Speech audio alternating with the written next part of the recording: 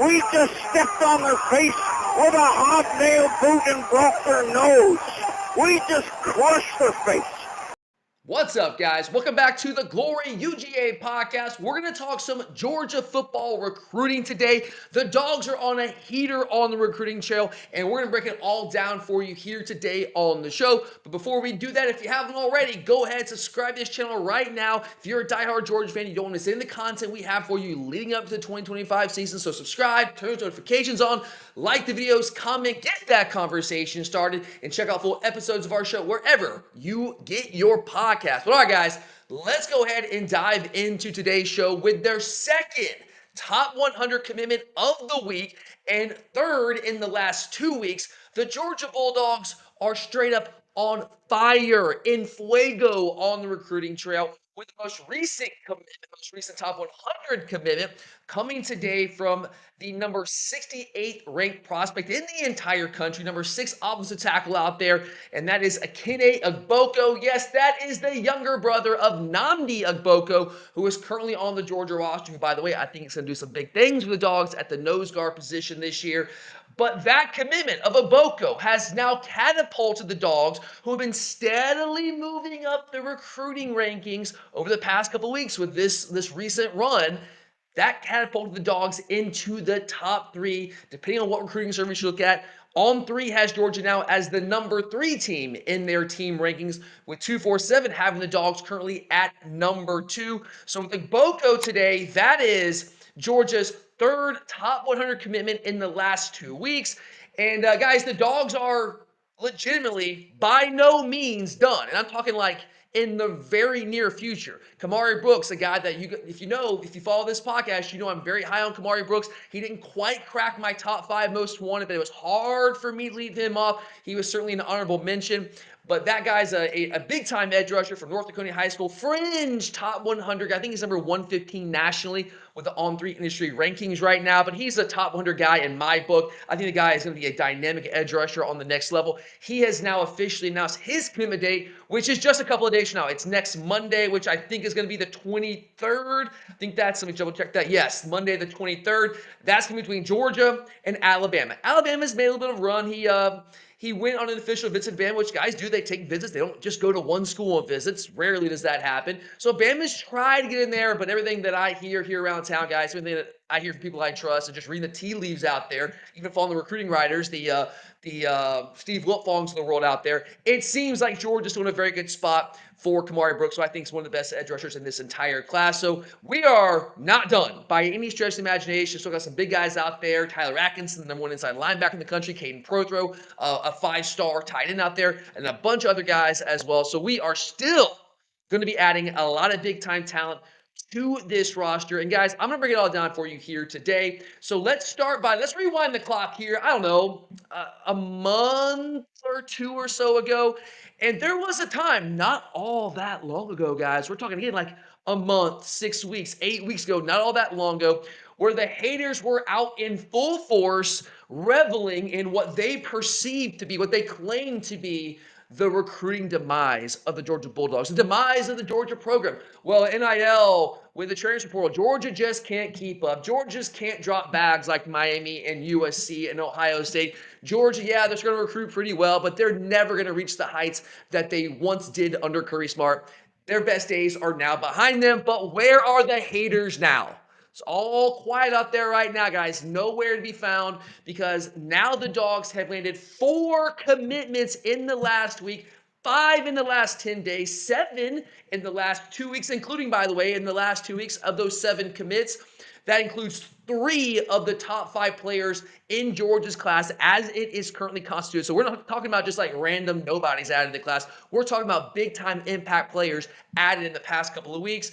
So 7 in the last 2 weeks, 9 in the last 3 weeks. So now the Dogs sit here currently with 17 commitments in the 2026 class. Again, moved up to number 3 in the On3 industry rankings and number 2 according to 247, which means let's not get too far ahead of ourselves, but it kind of means that the number 1 class is out there to be had. It is within reach. I'm not going to sit here and tell you that Georgia is going to land the number 1 class here today, but it's a possibility. much more so than it would have been a month or two ago, right? The Dogs are making their move. At the very least, Georgia's going to finish inside the top three, guys. I still feel very, very confident saying that with where we are right now and some of the big fish still out there that I feel very good about. But we'll get to that a little bit later on. I do right now want to take a look at the specific players. All right, we're talking in general. Georgia's on a heater. Georgia's adding all these players. Georgia's on fire. Georgia's down in the top three in the recruiting rankings.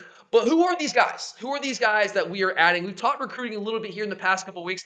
The most recent recruiting episode I did, which if you have not checked out, I do encourage you to check out, was me doing my top 5 most wanted list. Just laying out the guys, the top 5 players that I want most in this class, and at least among the guys that Georgia's like actively recruiting have a chance to get. So go check that out. But it's been a minute since we actually broke down some of these players that we've added. So we got a list that we got to run through here real quick, guys. I'm not going to spend too much time on each one of these guys. I'm going to try not to. I'm going to try to be I'm going to try to use what one of my co-host on the audio side of things likes to call economy of language. She encouraged me to do that. So we're gonna channel that here today. But the most recent guy that we landed today is Akene Igboko. Yes, again, the brother of Nnamdi Igboko. He is the number 68 player overall nationally in the 2-4 in the on-3 industry rankings, number 6 offensive tackle. If you look at his tape from the high school level, guys, he's a North Carolina kid. He plays primarily left tackle for them. There's a couple of clips you see him playing right tackle. He's a tackle all the way, primarily left. Does play some defense for them. That's not really translates best at the next level. And when you look at this guy on tape, the one thing to me that stands out more than anything, like immediately just watching him out there, just seeing him out there on tape, is the length. The guy has prototypical size at that left tackle position. He's right now 6'6", 310 pounds with a very long wingspan. I don't have actual numbers on the wingspan, but just looking at it, naked eye, it's pretty significant out there. This is a guy that I think has a high degree of potential in the future for Georgia. Now, what I would tell you when you watch him on tape is that there's some room for growth there. Physically, he looks the part. Like, this is not a guy that needs to come in and add some weight, like some of the guys we're going to talk about here in a minute that we've added on the offensive line before we got Igboko. Physically, he's there. Now, you want him to be a little stronger, maybe add a little bit more weight, but like he's not that far off. He's where you need to be. Got the physical tools that you want. Not the best athlete I've seen at left tackle, but a plenty good enough athlete. He's got plenty good enough footwork to operate there at left tackle or right tackle. We'll see where he ends up once he gets here to campus. But I do think from a technical standpoint, there's some room to grow there, and that's the case for most offensive linemen. A lot of times these big-time recruits, a guy as highly talented and highly touted as Igboko, they're just so much bigger, stronger than everyone else they're facing that they don't have to rely on the technique. They don't have to be technicians because they just physically dominate people. And I think you kind of see that with him on tape, and he does dominate physically out there, guys. He does have that. He finishes strong at the point of attack. He uses his hands fairly well at times, but he's a dominant physical specimen out there. You just think you want to see him maybe clean up some of the technique stuff. I do think one thing he does well from a technique standpoint is he plays with a pretty low base. For a guy that's 6'6", sometimes that can be tough. So that's a really nice starting point. So you love the tools. You love the raw physicality. It's just a matter of getting him to campus and developing that. So I don't think, for me personally, I would not classify him as a guy that's going to be contending to play real minutes right away, like significant downs early in his career. But give the guy a year or two, I think he could absolutely develop into a big-time tackle prospect for Georgia. So that is the one that very recently has catapulted us into the top 3. So very excited there. And then earlier, I guess over the weekend, Caden Harris. So I think he kind of flew under the radar because it was the weekend, and also we flipped him from Vandy. And I know when people say, "What, Georgia flipped him from Vandy?" You kind of lose interest. You're like, "Well, what are we talking about? Georgia's now flipping guys from Vandy?" Well, if that is your mindset, respectfully, you would be mistaken. Yeah, we flipped him from Vandy, but Caden Harris, guys, is legit. He's 6 foot, 170 pounds, the number 83 prospect overall nationally in the 247 or in the on-3 industry rankings. So he is a top 100 guy. I know it's crazy to think that Vandy had a top 100 guy on their commit list, but man, they're doing a pretty good job there getting some of these guys. He's a Tennessee kid from Brownsville, Tennessee, so it kind of makes sense there to a degree.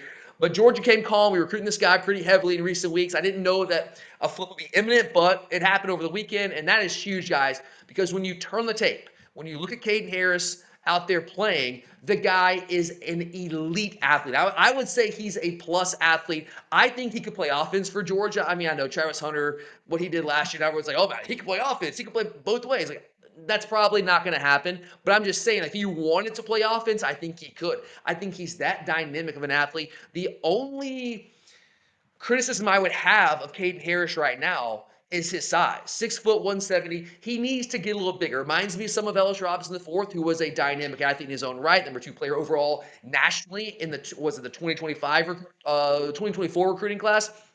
Highly touted, obviously, but he was slighter of frame, and he had a hard time. Just really couldn't crack the lineup in his first year on campus, despite his immense athleticism, his incredible coverage skills out there, because he just wasn't big enough, physical enough in year one to stand up to the rigors of playing the perimeter run game, the perimeter screen game, which is something you have to do at the next level. And our coaches, Kirby Smart, they demand our DBs, our corners, be physical out there. And Ellis just couldn't quite get to that point last year. I'm cautiously optimistic that maybe this year will be the year. But Caden Harris, I see some of that. Like from an athleticism standpoint, from a ball skill standpoint, because that's the thing, guys, he plays both ways. He's one of those guys that, okay, yeah, he's a great athlete that will stay in phase with the receiver, like we've seen from a lot of our DBs in recent years. But one thing that we've consistently seen from some of these guys is they're in phase, but they can't make a play on the ball when the ball is there. I don't think that's going to be a problem with Caden Harris because he does have those receiver skills. He goes up, he finds the football, makes plays in the football. An incredibly fluid athlete out there. So this is a guy that I think physically, from an athleticism standpoint, looks the part. Just needs to get maybe a little bit bigger. I would love to see him add like 10 to 15 pounds by the time he gets to Athens. And if that's the case, watch out for this guy because I'm telling you, that's plus level athleticism out there. And I'm very, very excited to add that guy. I think he's the best athlete at DB that we have added so far in this class. And then also over the weekend, some, I would say, lesser profile recruits. But hey, you don't want to discount these guys because they can win you and lose you football games. And we're talking about the specialist. We got a commitment from the number 3 kicker in the country, Aaron Zurikat. I'm sure I'm butchering that name. We're going to go Zurikat right now until I hear otherwise. And then Wade Register, one of the top punters in the country. He's a Georgia kid from Dublin. So, look, I know those don't really tip the scales that much. As look, when you talk about punters, kickers, rarely do you see them rated higher than a 2-star. Sometimes you'll see them as a 3-star, but never higher than 3 stars. So they don't really add much value to the class in terms of the rankings, but where they can add value is on the field. Because if you don't got a kicker, if you don't have a punter, you can lose football games, guys. We've seen that. We've been the beneficiary of that. Let's go back to the Peach Bowl. Right before, the Midnight Miracle, right against Ohio State. Hey, if Ohio State, he was a good kicker all year, but if he makes that field goal, we lose that game, right? And we've lost some games in recent years, or in the past, not so much the recent years, but in the past, by guys not making field goals. So you got to have somebody. You got to have a kicker, you got to have a punter, and we landed 2 of the best in the country. Then you go back last week, we landed 2 offensive linemen, Zyke Helton and Zachary Lewis, which I don't think people are going to be as excited about as guys like Agboko and Caden Harris. But those are guys that I don't think project's the right word. I think they're developmental players. They're not going to be ready to play right away, but I do think they're the kind of guys that if you bring them in, that they are going to learn the system, they're going to grow, get stronger, attack the weight room, become better technicians, and give them a couple years, they could be big-time players for Georgia. And the thing you like about both those guys, they're Georgia kids. Now, look, I'm not saying that I'm not one of those guys that thinks, hey, Georgia should only recruit Georgia kids, because then you're really limiting yourself. You're leaving some of the best players in the country out there. You don't get a Brock Bowers if you only recruit Georgia kids, okay? So I'm not one of those guys, but I do like it, especially if you're going to recruit some of these 3-star guys, which both Helton and Zachary Lewis are. They're not top 100 guys. They're 3-star guys. But if you recruit these 3-star homegrown guys, there's 2 things I like about it. Number one, if you're a lower recruited guy like that, you kind of come with a little bit of a chip on your shoulder, right? You got something to prove. You're going out there, you're working, you're trying to prove people wrong. You're trying to earn your keep, right? And then if you're a Georgia guy, it's just a little something extra. You care about the program. I'm not going to say the guys that come from other states don't care about Georgia. That's not true. But when you grew up a Georgia fan, you've been around it your entire life. If you're a guy like Zachary Lewis from North Gwinnett High School, who's all he's wanted to do is play for Georgia his entire life, there's a little something to that, guys.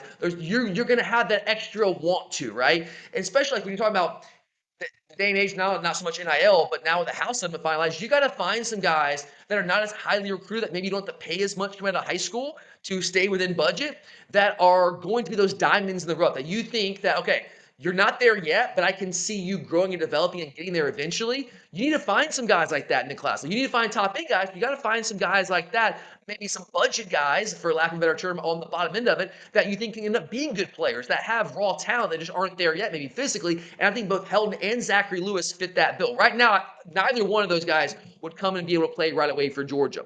Helton, most recently, we landed him actually a week ago today. So that was last Wednesday at Carrollton High School. He's a guy, I mean, both these guys, Helton and Lewis, are really, really good athletes, but they're both undersized right now. And I think when you look at those guys in comparison, I think Helton right now is a little more undersized. He's listed right now at 6'2.5", 285 pounds. You look at the guy on tape, I don't see how he's 285 pounds. He looks like he's more like 260, 265. Now, maybe over the past couple months since the season went final last year, he's added some more weight, and those are more recent measurables, maybe. But watching him on tape last year, I have a hard time saying that guy's 285 pounds.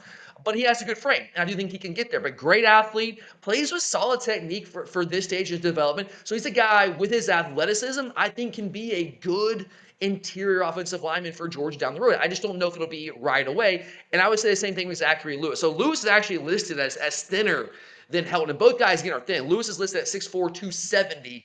He looks a little more filled out to me. He's obviously taller than Helton on tape, but hey, I could be wrong there. But he's a guy that's undersized right now. He needs to gain 30 pounds probably. I would say Helton needs to gain at least, if he is truly 285, he needs to gain at least 20 pounds himself. But Lewis is a guy that is going to play center for Georgia. That's what we're recruiting him as. He's an interior guy. Could he play guard? Sure, yes. But he's going to be more of a center. But I know he's ranked number 75 nationally, 3-star prospect. So like, why do I care about this guy?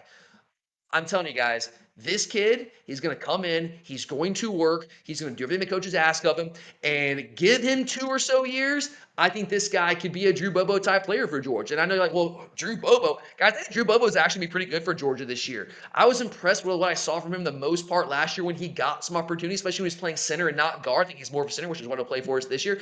I liked what I saw from Drew Bobo at practice during the spring. I liked what I saw from him at G-Day. I think he's going to be a good player. But it took time. Like, when we signed Drew Bobo, people were like, oh, my God, the nepotism, that's fine. This guy will never play down for Georgia. The dude's going to start this year, and I think he's going to be a pretty good player for Georgia. So I can see Zachary Lewis following a similar formula, following a similar path for Georgia. And maybe even the same thing for Zyke Helton. I do think both those guys are high upside players that just aren't there right now. I think their ranking, like, I'm fine with where they're ranked right now because physically they just need to grow and develop. But I do think they have the upside and they can help Georgia eventually down the road. And finally, the last guy that I'm going to talk about today, I mentioned him briefly the last time we talked recruiting. He was one of my honorable mentions on my top 5 most wanted list. Another guy that just barely missed out on being inside that top 5. And literally, the day after I posted that video, he went public and committed to Georgia. I was like, yeah, he was just in Athens over the weekend.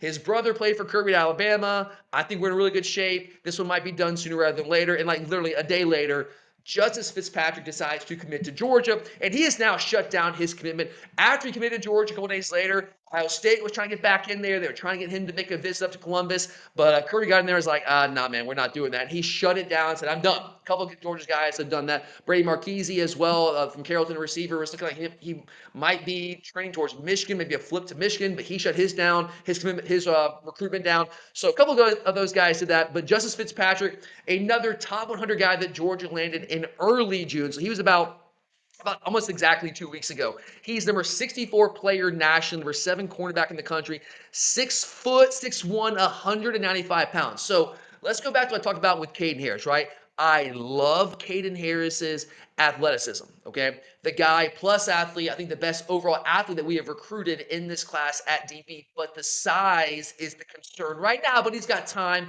I'm not freaking out about it. We've got time to get him where he needs to be physically, but he's just not quite there right now. Justice Fitzpatrick is physically where I wish Caden Harris was right now at 6 foot, 6'1", 195 pounds. And he looks the part out there on tape as well. And when you turn on the tape, guys, like I broke this down on the podcast side of things, the word that comes to mind when I watch Justice Fitzpatrick play, which is not something that comes to mind for when you typically watch a DB, is physicality. The guy is a physical DB out there. I'm talking in press man coverage. He's physical on the line of scrimmage. He's physical in run support. He's physical in screen game support. He is a physical football player. But beyond that, he's also an incredibly talented athlete. I don't know if he's quite Caden Harris level athleticism, but he's not that far off. So he is a really impressive blend of top shelf athleticism and physicality at the corner position. The way I would describe him too is like he is a Georgia Kirby Smart DB. This is the kind of guy that Georgia looks for at DB, at cornerback. The guys that are athletes, that have ball skills, and that are physical against the run game and the screen game. Justice Fitzpatrick checks off every one of those boxes. In a lot of ways, he reminds me of Dalen Everett, a guy who's going to his third year as a starter for Georgia this year. And I say that because Dalen, really good athlete, maybe not quite a plus athlete, but not too far off, right? But Dalen was able to start a couple years ago over some of the other talented guys we had at cornerback, guys like Julian Humphrey back in the 2022 season, or the 2023 season, because he was just more physical. Like he's built a little bigger than those guys, and he's more of a willing and able tackler, more physical on the edge of the run game and the screen game. And the cover skills are there too. Now he had to grow. He had to get better covering and with ball skills in a way that Julian Humphrey, guys like that, just never quite did. But when you match his athleticism with the physicality, that's what Georgia's looking for. Those are the kind of guys that Kirby Smart salivates over in the defensive backfield, and that is exactly what Justice Fitzpatrick is. He is every bit deserving of being a top 100 player, a top 75 player. I think Justice Fitzpatrick, I mean, we're like, what does 5-star even mean? Like, it's so arbitrary. I think he could be a top 50 player, at least a top 50 player. By the time this class is over, when all the final rankings are updated in about 6 months or so, man, it wouldn't shock me. I'm not gonna lie, y'all. It would not shock me if this guy is like pushing 5-star status, which means like all-star practices and those kind of things. I don't know if he will, but I think he'd easily and probably should move inside the top 100. I think he's one of the best cornerbacks in this entire class because he's got it all. He's got the physicality that a lot of guys that play DB at the high school level, they don't yet. Like they got to develop. Like Caden Harris, love Caden Harris, got to develop physically. But Fitzpatrick's got that. He's got the athleticism. He's got the ball skills. He's just a football player, man, and that is a big-time addition for Georgia. Right now, he is the second highest-graded player in Georgia's class. That probably won't last too long with guys like Caden Prothro and Tyler Atkinson still out there. Maybe a Derek Cooper out there, although Miami might be the one for him.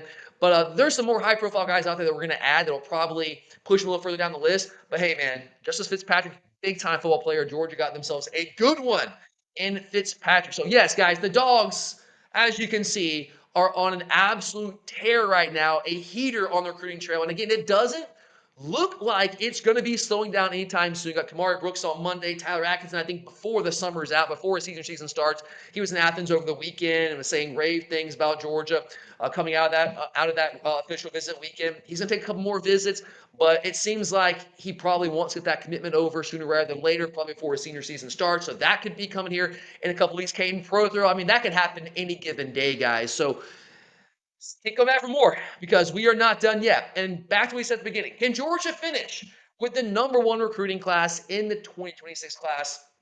I guess anything's possible. And certainly we have put ourselves in position to make a run. Again, #3 in the all-in-3 industry rankings, #2 in the 247 composite rankings.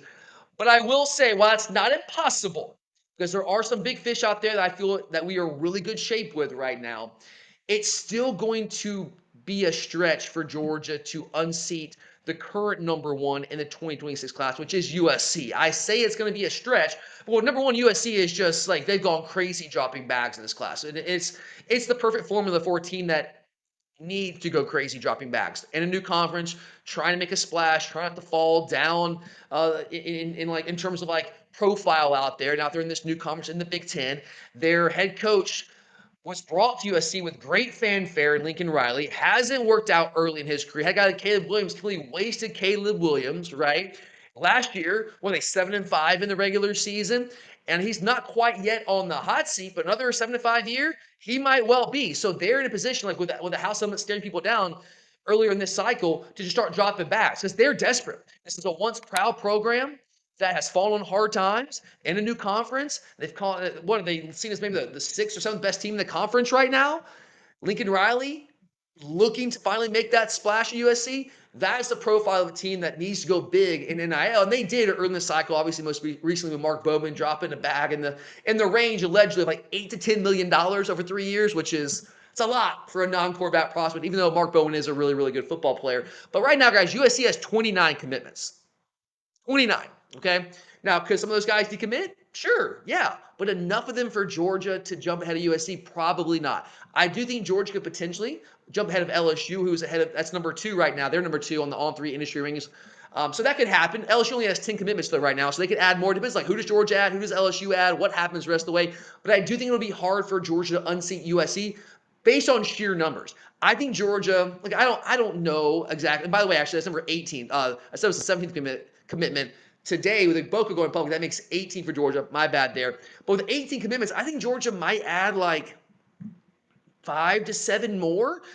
I don't know if we'll go above 25. You look at our roster. I mean, you never know what's going to happen with guys transferring out. And with the new house settlement, you have new number totals that you got to get to. So I don't know. We're in uncharted watershed. Will Georgia go to 29, 30? If we do, then maybe. I just don't know if we're going to go that high. So I think the number might be more like in the 23 to 25 range. And if USC is in at 29 right now, and maybe they add a couple more, I just don't know from a number standpoint if Georgia will have enough commits in this class to get the points they need to be technically ranked as the number 1 class. That's what it's a formula, guys. A big part of it is like how many players you have committed. If you only have 70 guys committed in your class, you're not going to be the number 1 class, right? So Georgia's going to have 20 something. I just don't know if we'll get anywhere close to the numbers that USC is adding to this class. So we'll see there. So I would say right now, if I had to guess, USC would still probably end up being the number 1 class in this 2026 cycle. But Georgia's got a shot. Again, with this heater we're on and with some of the big names that I think will be going public here in the next month or two before the season starts, we have put ourselves in position